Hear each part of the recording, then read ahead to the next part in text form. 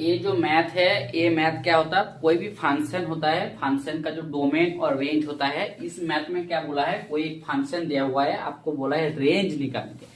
तो रेंज क्या होता है, एक फंक्शन जब भी आपको होता है, जैसे आप मान के चलिए एक फंक्शन होता है ए से बी, ये जो ए जहां से फंक्शन का वैल्यू हम लोग पुट करेंगे उसको बोलते हैं डोमेन, ठीक है, उसको बोलते हैं डोमेन। और डोमेन का वैल्यू लेके उसका एफ ऑफ एक्स का वैल्यू क्या होगा, क्या हो सकते हैं, उसका जो सेट होता है इसको बोलते हैं रेंज सेट, इसको रेंज। तो आपको देखिए दिया दिया हुआ है एफ ऑफ एक्स, एक सेट दिया हुआ है मॉड एक्स बाई एक्स, और जहां पर x not equal to zero और जीरो जहां पर एक्स इक्वल टू जीरो। तो पहले देखिए आप मॉड एक्स के बारे में आपको ध्यान देना होगा। मॉड एक्स क्या होता है, मॉड एक्स एक फंक्शन, ऐसा फंक्शन होता है जब एक्स का वैल्यू ग्रेटर देन जीरो होता है तब वैल्यू देता है एक्स, और जब एक्स का वैल्यू माइनस ले तो माइनस एक्स, और इसका वैल्यू हो जाएगा जीरो जब एक्स इक्वल टू जीरो। ये आपका फंक्शन, तो ये होता है मॉड एक्स का। तो आपको बोला है क्या है, एफ ऑफ एक्स बोला है क्या है, आपको बोला है f of x equal to mod x बटा एक्स, सेम फंक्शन। तो इसका वैल्यू क्या क्या होगा, तो मॉड एक्स सेम देखिए, जब x का वैल्यू ग्रेटर देन जीरो, क्योंकि इस फंक्शन को जब तीनों तरफ बटा गया, सेम इसी टाइप फंक्शन के तीनों तरफ बटा जाएगा, तो उसका वैल्यू जब x का वैल्यू ग्रेटर देन जीरो, तो मॉड x का वैल्यू क्या होगा x, और नीचे में तो आपका x दिया हुआ है उसको बैठा दीजिए, ठीक है।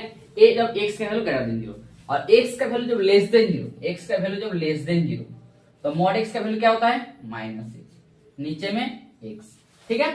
और जब x is equal to zero, जब x is equal to zero तब क्या होगा, इसका value zero divided by x, ठीक है। देखिए ये तीनों वैल्यू आपका आ गया, तो इसको वैल्यू, इसका वैल्यू आ गया, तो इसका तीनों का मान बैठा दीजिए, यहाँ पर मान बैठा दीजिए। सो आपका आया एफ ऑफ एक्स बराबर क्या आया, पहला देखिए एक्स बाई एक्स क्या होता है वन, जब एक्स का वैल्यू ग्रेटर देन जीरो, ठीक है, और एक्स का वैल्यू लेस देन जीरो जब minus one, X less than zero, और zero at X equal to zero.